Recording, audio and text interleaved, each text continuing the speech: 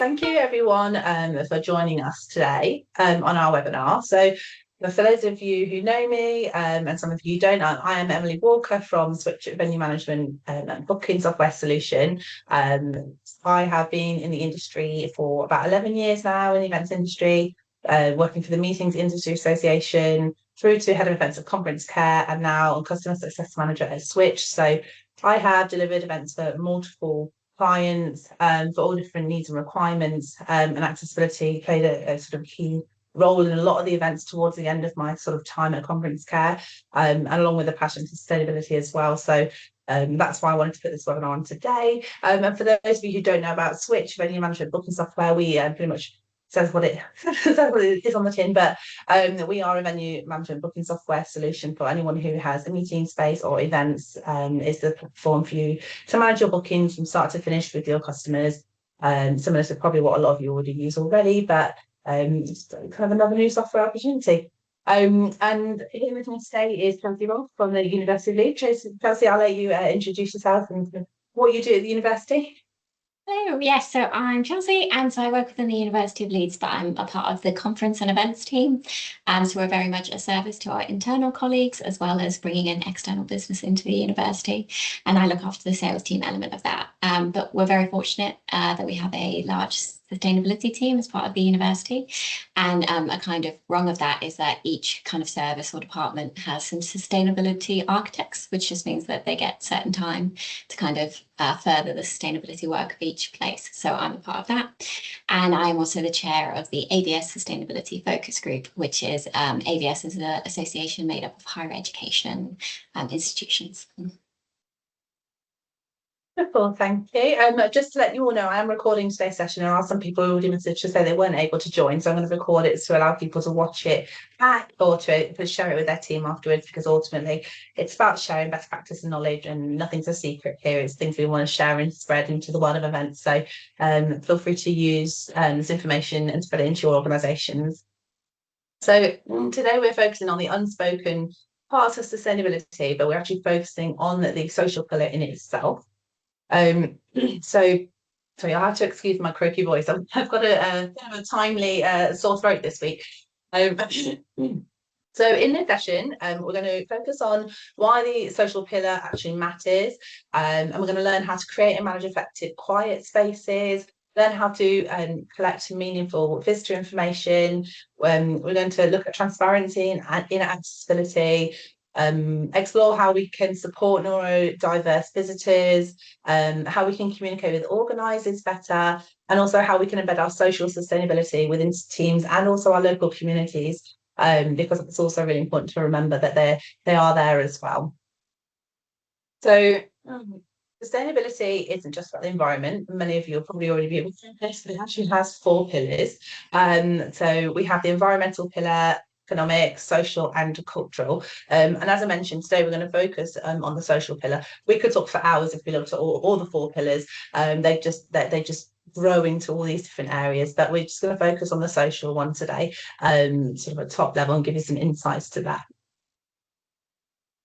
So yeah, as we've already said, I think it's that whole there's like the EDI kind of elements of events, but it's often not really interlinked within sustainability. But the people element is a massive element of sustainability, so it shouldn't be a separate conversation. And so it's obviously foundational, the people element, the social element of an event, but it also has really big positive impact if it's done in the right way. So a couple of different things that social sustainability covers is the visitor experience, so very much how someone experiences your venue and your events, and so that's accessibility, comfort, navigation, and quiet spaces and things like that, which we'll go into more detail. But kind of the main goal is always everyone feeling welcome. And the next point that some of us have a bit more of involvement is staff wellbeing and inclusion. So having your staff having training and support, and there being real awareness amongst your team. So that's embedding exclusive practices within daily operations. And again, that will be covered in a little bit more detail. But in an ideal world, that means that your staff feel empowered and are confident and are therefore more loyal to your business and your organisation. Inclusivity in practice, so it's practical designs for diverse needs. So I think what it used to be understood was purely mobility or physical, but it's very much more about that extended bigger picture view of being neurodiverse and sensory, and kind of having tools to better support people with that. So sensory maps, early access, registration prompts. And the goal there is for inclusion to be in action and not just a tick box or in a paper. Community impact. So again, it's that wider lens of it being a civic responsibility for your events to engage and support the local community. So depending on the nature of your organisation and how big or how small, it can look very different, but it's about, you know, partnerships, outreach, or even who you work with as a supplier and using local suppliers and things like that. And it's very much about making a meaningful contribution to kind of your community beyond your venue. And then finally, transparency and communication. So I think we all aren't perfect, and that's very much the sustainability journey. If you wanted to be perfect, you'd never start. It's very overwhelming. So it's just being very honest with the way that we communicate what we're able to deliver to both visitors and organisers. And by setting those expectations and like talking about accessibility and what is possible is really important. And obviously the goal there is trust and a better experience for everyone. Lovely. Thank you, Chelsea. So just going over onto our next slide now. You again, Chelsea. Sorry. So I'm hoping that quiet spaces are all on everyone's radar. I think it's really become much more of a standard practice now. But I think people are definitely asking for it from like a client perspective. That's definitely one of the things that people ask for as part of their event now. But I think there's a real difference between just supplying a room and then labeling it quiet space and actually creating a space that has kind of being sensory friendly and having the well-being of your delegates at heart. And I think it's something that we've really had challenges with at the university, just because we're not a made for event space. We are used in lots of different faculties, obviously student learning, etc. So it's very much about implementing some of these principles to make your quiet space a bit more like non-tick box and actually useful to your delegates. And it's very much that whole simple actions make a massive difference. So the first one, which I think we all cover, is some kind of signage to say it's a quiet room, but not just that, but having a real understanding of what your quiet room means. I think I'm actually someone who was intimidated by a quiet room as a premise to begin with, because I didn't know what it actually meant. Did that mean that as soon as I entered, there was complete silence? Does it mean that it's a space for kind of quiet conversations? Is eating allowed? Is not eating allowed? So it's very much when you're creating a quiet space, what are the rules and why have you created them? Is it with a certain registration or delegate at the heart of it, or is it good practice? You just need to make sure that you know what it's for, and then making sure that you have staff that are aware of what the quiet room is and how they can kind of support it and kind of help gauge the etiquette and kind of pass on to delegates. And I think there's lots of quite practical low-cost solutions, because again, there's some really wonderful examples which Emily will go into, but there's really small things like comfortable seating, not just like whatever chair you can find. Comfortable seating and the importance of lighting is a big deal. I don't know if anyone's been reading any of the books about Huggy. I can't pronounce it, but Hygge, but it's all about how like lighting has a massive impact on our way of interpreting an environment and making it cozy and comfortable. So if there's a way of dimming the lights, that's really important. And there's also like sensory games and things like that you can add to the space. So I think making sure that you're kind of really thinking about what you want your quiet space to be is really important. And Emily's going to talk about a really great example. If you have the right team, it can make a massive impact. Mm-hmm.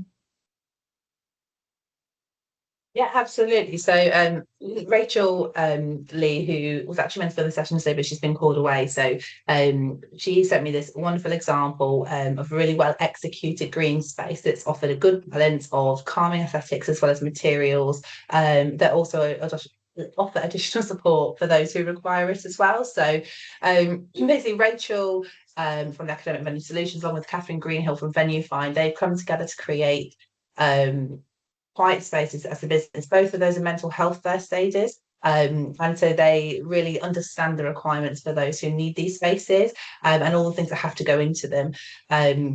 And they do this and provide it for events across the country. So here's an example from an event at Centre Parks that they did. But Chelsea and I have also seen one live in action at the Academic Venue Solutions Conference last year. We didn't actually go in it ourselves, which we were gutted we didn't go to. It's so busy. The feedback that we had was really good, and that it actually offered so much for all those different requirements. And it created such a calm environment for the people who actually needed it. So I was going to call Rachel to the stage today, but she's not here. So I'm going to share with you a quote that she gave to me about what it is they believe a quiet space it should be. And Rachel said that the most important thing is to have a quiet space manned by a mental health first aider where possible. It's not just enough to have aesthetics in a room. As often people come in a situation where they may feel they need mental health support, and being on their own, it can cause dangerous situations. Or it can really put them in a bad environment when they're at an event away from their comfort spaces. So things that they put in their rooms to help with this as well. They use diffusers with essential oils to create that relaxing environment. To reflect with what Chelsea was saying, they use uplighters to change the room, to have the lighting more soothing. So if you haven't got the ability to change your room lighting sort of on your main lights, you can use things like uplighters to add in different colour tones, different palettes to create that atmosphere. They offer colouring books and pens, which you can see in some of the examples like on the screen. Some fidget toys. Again, these are really low cost items that you can be putting in there. They don't have to cost a lot. You can go down to like the works and get some of these at a fair price. They also offered, and this went down really well, headphones with an iPad that had things like tropical rainforests and different sound effects, really calming sound effects, to really kind of take you out of that zone and that environment. And really give you a sort of calming peace of mind. And that was really well received in that quiet space last year. They also offer books on mindfulness and positivity to help people with their mental state.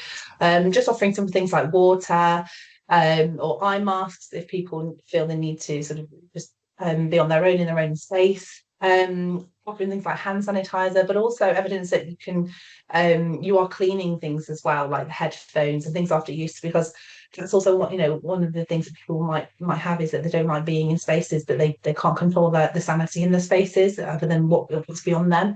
So demonstrating that you can, you are following procedures, you are cleaning things down, that will really help people as well. So she does have loads of examples, but I thought this was a really nice one. And being at Centre Parks, it did lend itself quite nicely to the environment with the wooden tones to add that soft element, but it doesn't have to be anything fancy.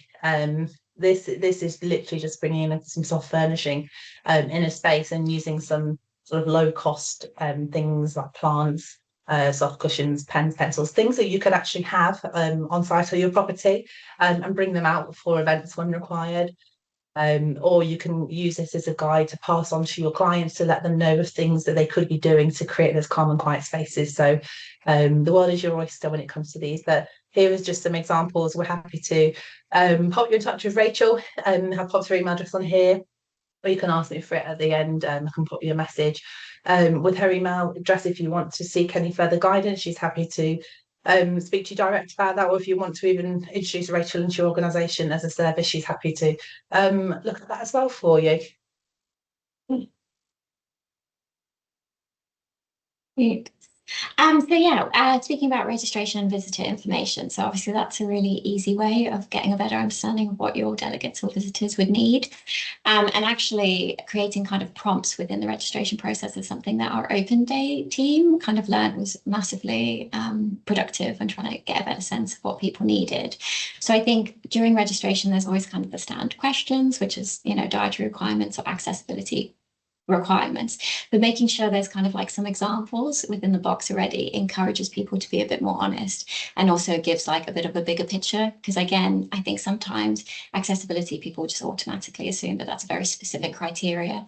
Now they maybe don't need to mention it, but actually it's all about their overall experience. It could be and the dietaries at the same time. It could not just be an allergy, it could be like a real sensory related to how they food is presented or shared, things like that. So it just gives a little bit more context, and so it can be personalized. And then obviously where possible, following up with that individual if you do get flagged a certain requirement, because I think there's sometimes assumptions or kind of one ways to deal with a certain requirement, but actually it's a very personalized experience. So it's always useful to get a really good understanding. I think one of the things that we've had during that is something as simple as a BSL interpreter has been requested.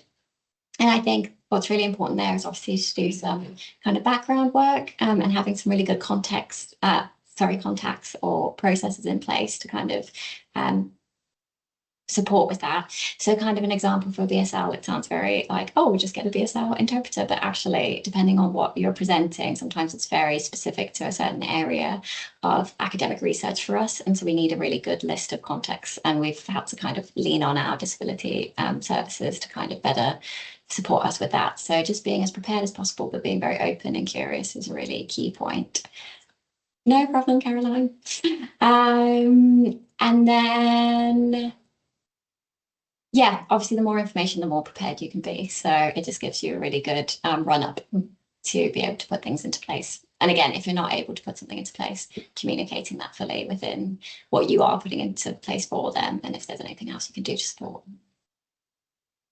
Yeah, definitely. And, you know, I appreciate that venues aren't always the first point of call for collecting visitor information. Sometimes that is beyond you, your event requirements, and it goes on to your event managers or event organisers who will be feeding this information into you. So in those situations, it's passing on best practice or advice of what you're doing as a venue and how they can be collating the right information and relaying that into you. So it's opening that communications channel all the way through. And we did some similar things with this when we ran events at Conference Care. So we always invited people to share their requirements, and I ran a number of accessibility conferences, and sometimes they didn't want to put all those requirements within a box on a form. They felt it was not very personal, and they were disclosing a lot of information in sort of a public space. So in those situations, we also gave the opportunity to make a note that they had one and that they wanted to discuss it, and we would contact them afterwards to discuss it personally to make sure that they were catered for accordingly depending on what their requirements were. So it's that prompting and encouraging people to actually give you information ahead of the event so that you can be prepared. So it's just showing that communication with one another and just being open and honest throughout, from sort of organising all the way through to the event delivery, and also carrying it through to event delivery as well, and making sure that those things that you have put in place, they are being done where possible by the teams that you've orchestrated it to, because we know it can get really busy. And sometimes the smaller details like that can get missed. So just making sure that they are raised on your function sheets. There's important things to be noted for anyone looking after your events on the day, and carrying it through all the way to the end.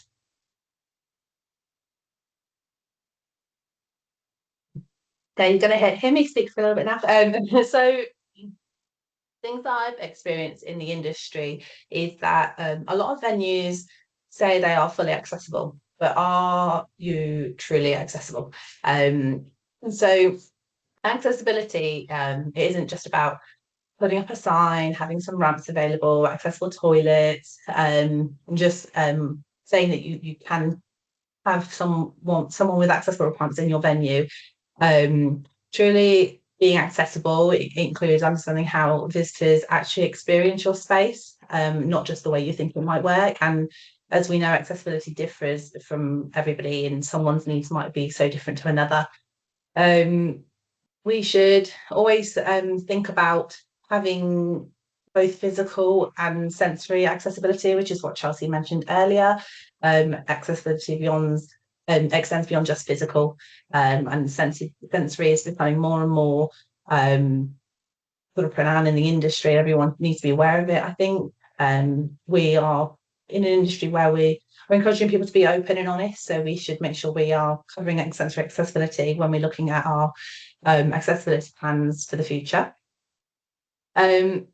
So for an example that I've had from an event, I did an accessibility conference for a client where everybody was coming to the event. They all had different wheelchair sizes and scales, accessibility requirements based on that, and their general ability.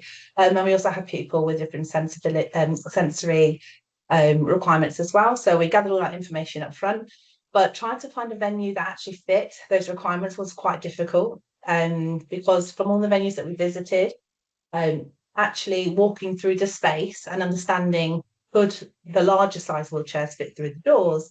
Could they pivot around a room corridor?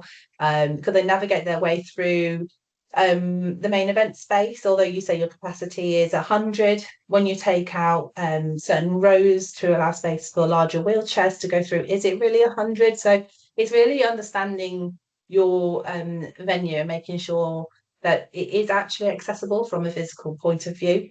For this specific event, we held at the juries in Hinkley Island in Leicester, and I walked through with the venue. Pretty much walked around every corner of the venue just to fully understand. It was a residential, so we had to really understand that it was going to be able to cater for it. It turned out the accessible toilets weren't actually fully accessible because they didn't have any hoists on there, and actually the larger wheelchairs couldn't fit into those toilets. So in essence, they were just larger spaces with additional support in them, but they weren't fully accessible toilets. And we had to explore alternatives as to, if we were to host this event here, what alternatives could we give that wouldn't impose on the experience as much. And it was, going down the route of can we have some mobile toilets in the car park that are brought in from special accessibility providers, that all those different types of things that we could be doing to cater for these. It was walking through things like the bedrooms and understanding the sort of pivot space in a bedroom, from kind of get in the door and around into the bathroom.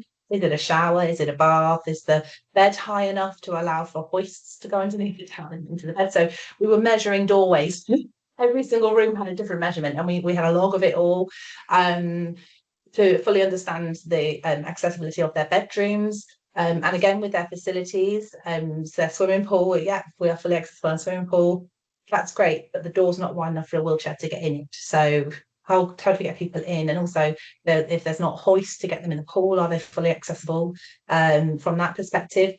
But also it goes to that balance of, you can offer different accessible solutions. So we can't fit them in the main door, but they can go this way. But you have to consider that, does that impact their visitors' experience? Should they feel they should need to compromise because the door's not wide enough? That's not their fault. So all these kind of things we have to consider. And people who are running events with accessible requirements, they have to really think about this information, and it's really hard to gather that information if it's not readily available for them. I know, Chelsea, I don't know if it's this slide or later on, you're going to talk about what you guys are doing as a venue to kind of make people aware of what you can do as a venue. Yeah, no. So we recently ran a sustainability conference, and actually one of the things that came out of it was about accessibility and creating a grading system around our buildings. So we're very fortunate that we have such a wealth of different buildings at the University of Leeds, but some of the more historic buildings obviously were built many, many years ago, and they did not, unfortunately, have accessibility at the heart of their plans. So it just means that there's different access entrance, and sometimes it's a little bit trickier from an accessibility perspective. So we want to create a guide that means that we can educate event organisers to make a choice that's best based for their event. So we'll grade each building based on a couple of different accessibility criteria, so that when you're choosing your venue from the list, that you have a really good understanding of what is possible, and then some core information like lift sizes. It's really basic things like that, but often people have the size of the lift but not the size of the door that goes into the lift. It's really silly, but those things can make a massive difference, and making sure that information is up to date as well.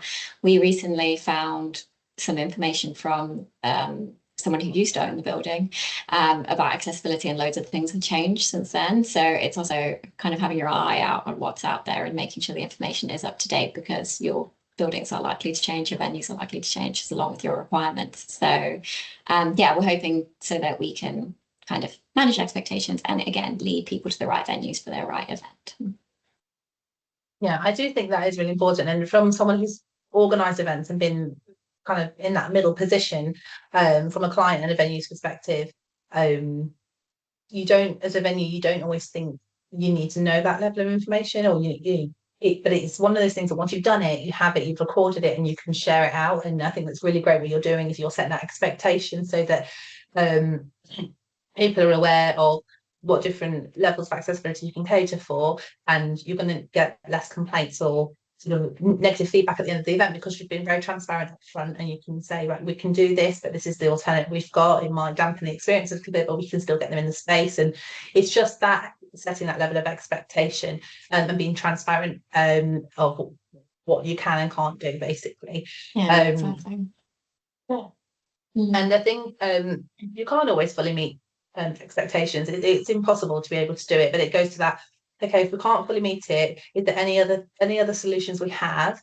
And if not, that's fine, just making people aware that that isn't possible to do it. There are other options, A, B, and C, or there aren't any, but we're going to work with you to make it work, basically. And it's just that open communication channel.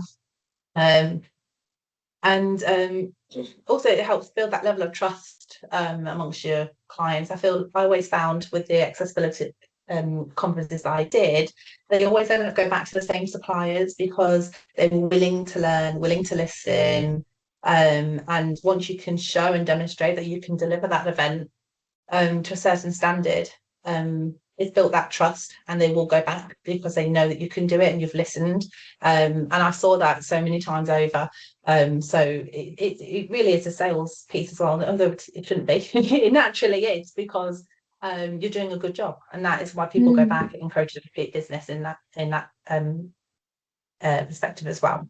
And just one of the other things as well that I've experienced at events that not everyone always thinks about is when you're setting your event spaces up for dinners or conferences, and you do have something like theatre style, or you have banqueting rounds for dinner, if you know you're expecting people who will have accessible requirements, especially for my conferences, that they were all in wheelchairs. Pretty much it was a 50-50 split of wheelchair to people who were able to walk. It was a very much walking through the space and knowing, right, can a wheelchair fit through, like I said, the kind of aisleway of the meeting space, but also not having rows and rows of chairs and leaving just space at the back for wheelchairs to go. It was making them feel more included in that space, and it was setting up the rows and leaving large gaps for wheelchairs to sit with their peers within the actual main event space itself. And with the dinner rounds, it was, rather than making them feel like all chairs are to be taken away at the dinner table because we've got to make space for a wheelchair, I set the tables for 8 up with 6 chairs and 2 spaces, and we just were kind of on standby to move things around where needed, but actually made them feel so much more welcome and included in the event. And the event, it was for them. So rather than feeling like an inconvenience or asking people to take chairs away, we made it more welcoming and inviting for people to come in. And it's just small things like that go a long way. And then obviously you've got your basics, making sure you've got ramps into your rooms or ramps onto your stages. And they don't always have to be at cost for the venue. This is a big sort of debate we've had a lot whilst delivering events, is who should be responsible for providing that ramp.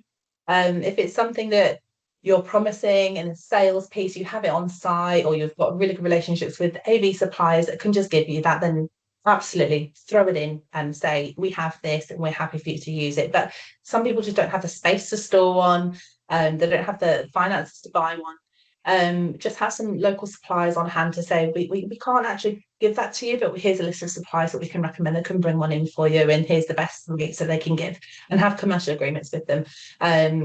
So although you're not offering it, you're still helping them provide a solution, or work with their AV team to bring one in as well. So lots of different ways you can be inclusive with your events.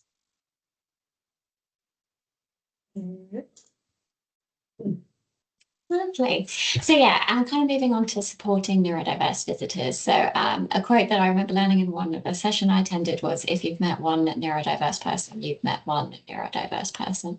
So obviously there's some blanket rules that we can kind of put into place, or some really nice options, but actually it's really important to engage with those individuals to better understand what their needs look like and what comfort looks like to them. So to kind of run over some things, some really easy wins that can be done is you can create early access or quiet entry for your delegates or visitors. So I think as an event organizer, we all know what it's like when registration kicks off. It's very, very busy. It's probably the high pressure point of your day.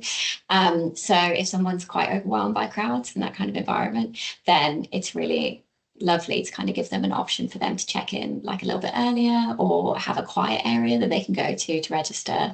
And it just, that first impression, especially if you come to somewhere that you're intimidated by, to have that already kind of factored in, I think is really important. It gives a really good sense to the rest of your event or conference. There's things like sensory maps and guides. So again, I've spoken to different delegates about this, and someone found that it just is quite an overwhelming experience in an event. And so any information that could be provided beforehand, especially from a more like video content, can be really helpful. So whether that's you know, filming what it's like to get from your main train station to the venue, what the different spaces are going to look like, a bit more information about what the program looks like, and whether it is going to be kind of more spoke at, or if it's going to be a very interactive session. It just helps them to kind of better prepare for what they're bringing themselves into. And then obviously it allows them space if they decide to take themselves away to the quiet room or kind of skip different elements. It gives them kind of a best choice to do so. Quiet hours and low stimulation spaces we've kind of covered, but again, it's the importance of that quiet room and having that space, and also the staff's understanding of that, and being a really low stimulation areas throughout. There's flexible seating and layout. So again, just having different options in different spaces. Again, Emily kind of touched on that already with more physical accessibility and having that in mind. But yeah, different layouts and being flexible to them is really important from a neurodiverse perspective as well. And again, all these things are quite low cost, hopefully, and very much quite practical to include them. It's just having it as part of an agenda point when you're planning your event.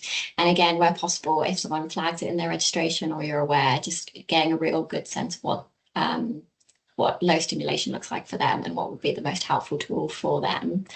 One of the people that we had at the University of Leeds during one of our conferences, they actually happened to have a dietary requirement as well as some kind of sensory overwhelm. And so there was an element where we had a buffet, and that's something that they really, really struggle with. And actually it's such a standard experience within an event. So I can't imagine how many things I've avoided for that. So very much we were fortunate that they wore a sunflower lanyard, so they were very easy to spot, but kind of the catering staff members were aware of them, and they created a separate plate that we really discreetly popped down onto their table, so they were able to just not even have to negotiate that high stress. And I think it gave them more of an ability to network, which is a big part of the lunch. But when you're trying to do both things at once, it's just a little bit of overwhelm.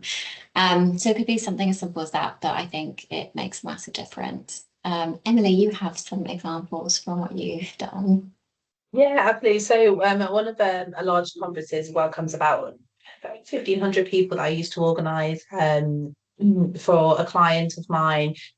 We used to take neurodiverse clients or I think visitors and kind of factor that in as part of our event planning. So when we did, again, it goes to that sort of layout space. We had our plenary session, but we had neurodiverse seating areas in that. So sort of towards the back, near the exit, in a darker corner, really depending on the type of space they were in. We had neurodiverse seating, and it was all reserved off for those people that need it, and basically allowed them to go and sit in those areas that were a bit more quieter, allowed them a bit more spaced out. You know, some people don't like to be sat close next to people. It was spaced out, it was quieter, it was near exits if they needed to leave without disturbing the session. So if they needed to make a quick exit or get away for a moment, they were able to do that. And it's just things like that.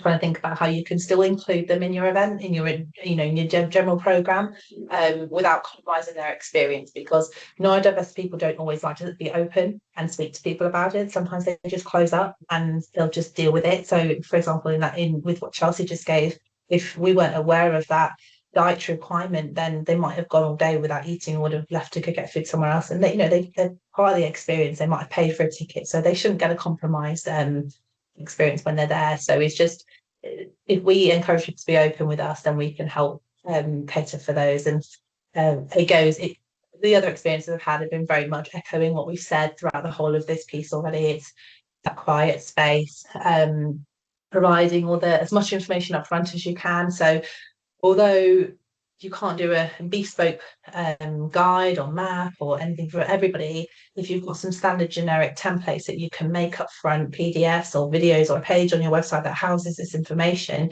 then you can literally just be attaching it to your information and have it sort of templated, ready to go, so that you have kind of standard templates to be shared.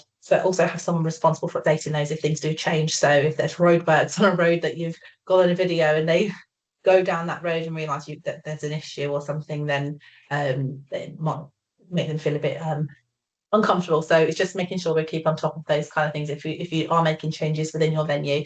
But I know things like having I know we would always disclose to people if we've got a building works in the venue or anything like that, something that might just cause distraction or concern, then it's just again being open with your clients about that as well. Okay, so we've said it quite a lot throughout this presentation. It's open communication channels between event organisers and venues. Like every event, it should be throughout the whole event management process between yourselves and your clients, that it should be open communication channels. That events aren't always everyone's day jobs, so events sometimes falls into the laps of people, PAs and things, who events isn't what they do every day, and it's just been something that they're landed with, so they might not be aware or familiar with any of this information. So we always think you should offer guidance and support for your event organisers. Ask the question, have you considered any plans for neurodiverse people, or have you considered any plans for accessibility? Do you have anyone coming who is any of those? So just asking those right questions up front, and so that we can help you be prepared and help guide them on what your best practice is as a venue as well. Finding the right balance to support your social sustainability without overloading your day job. It is going in the extra mile. It's going above and beyond what you would normally do. You have to invest time in sustainability and ensure you're keeping on top of it as well. But it is something that we should be adapting to, ultimately to win business, attract new clientele, support existing clientele.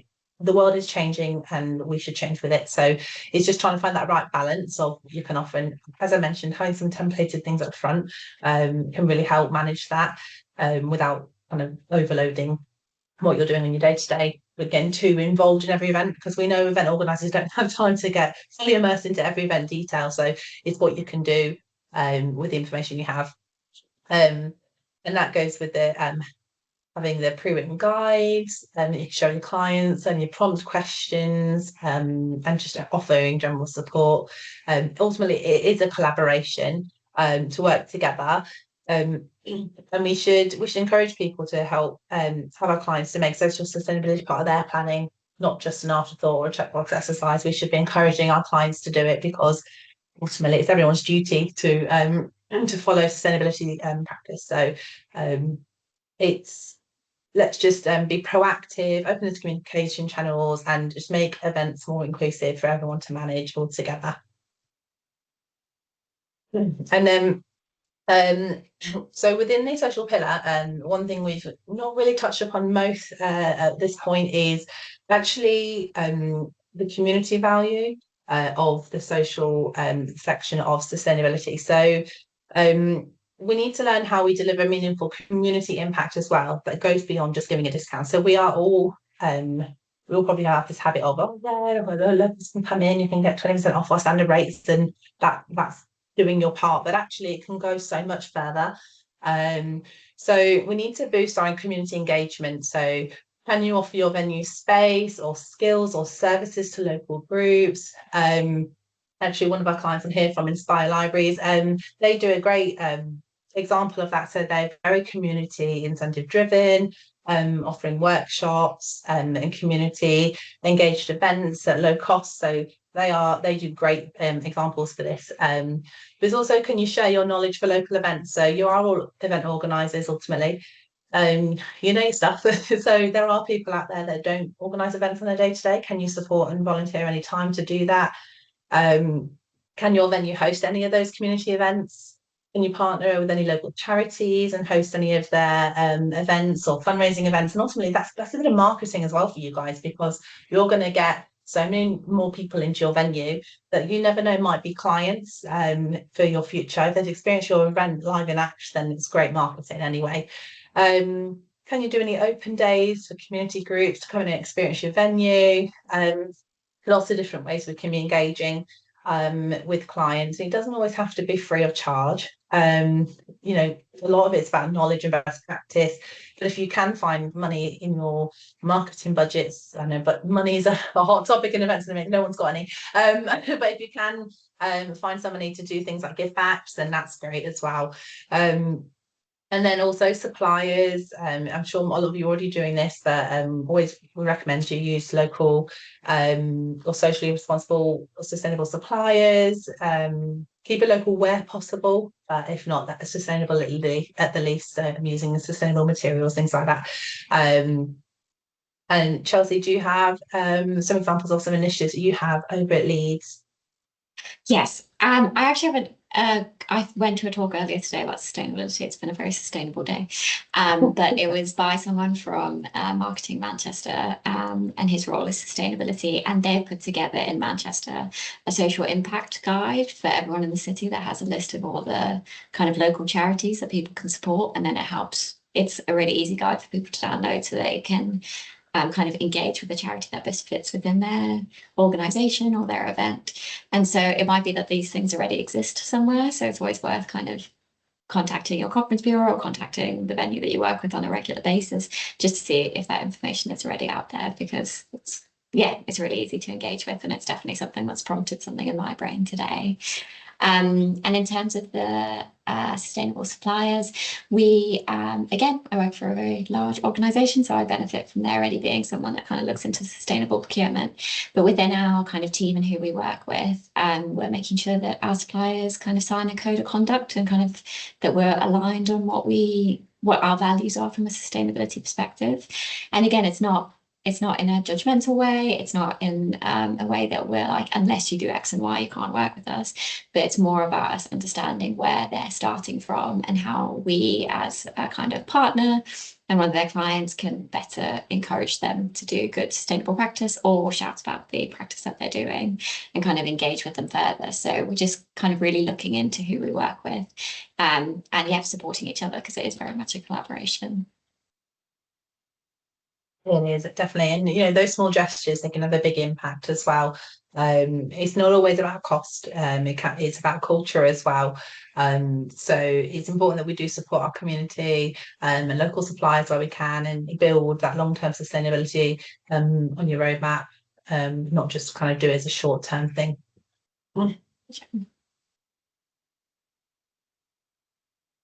Lovely.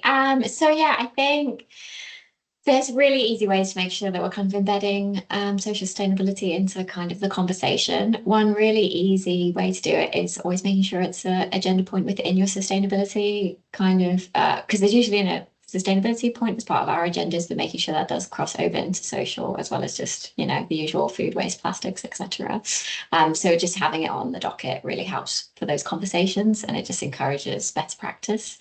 I think obviously what's always really helpful is having kind of buy-in from the higher powers, or whoever's kind of responsible for your time.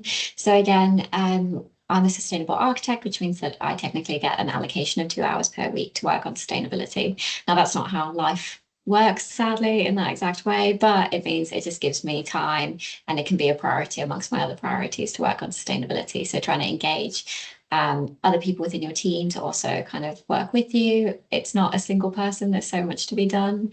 So making sure that you're kind of engaging with other people in your team, delegating, and again, it's quite nice to hold each other accountable.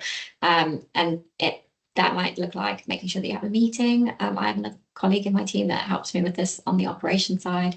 So now we're going to meet once a month to make sure we kind of have action points, but it means that we can like gently ensure that we're both continuing on that path, and and kind of making the difference. And then, I think Emily said this really well in a lot of ways, but it's sustainability shouldn't just be a tick box. It is very much a culture, and you have to, it really helps to really understand it and believe in it, and that it really encourages you throughout, because it is quite a long journey and there's just lots of things to be done. And usually once you uncover one thing, it kind of covers 82 other things. But making sure that you just remain curious and kind of implement as much change in that direction as you can. Every little win is a win, and that's where we could be a bit better doing that as British people, or where you're from. We're too quiet about sometimes when we're doing things well. So things like this, sharing, I think we all feel a bit imposter syndrome, but making sure you're sharing your wins is really important.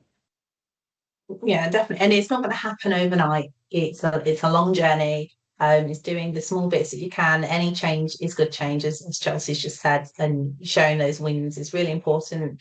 For you guys to share with your clients as well that you are making these changes, and embracing this, or all levels of sustainability really, because it's one of those things that it's not just a tick box, but it is a marketing tool as well, because it makes you stand out from others, that you're listening and you're paying attention and you're understanding the different levels of requirements. So it's something that you should be proud to talk about, and ultimately it can win you more business because you're doing these extra bits. But for anyone who is a little bit more at the start of their sustainability journey, we have got another webinar next month that kind of sets back and looks at what toolkits are available to help you start your sustainability plans and roadmaps for the year. You can come along to that session. The links are on our website, and I'll share the link out to register within the circulation of our minutes for this meeting. But for those of you who are well underway, but you've just been more curious about what you can be doing socially as well, I hope this session has been useful for you. Chelsea and I are very happy to answer any questions. We're happy to put it to the floor now. I know you've all been quite quiet, actually, probably information overload, but you can feel free to jump on, turn the mic off and ask questions, stick it in the chat now, or if you think of any afterwards as well, you can pop us a message and we're more than happy to help or do any advice to follow. This session has been recorded and I'll circulate that afterwards, so you can take it away, share it with the team.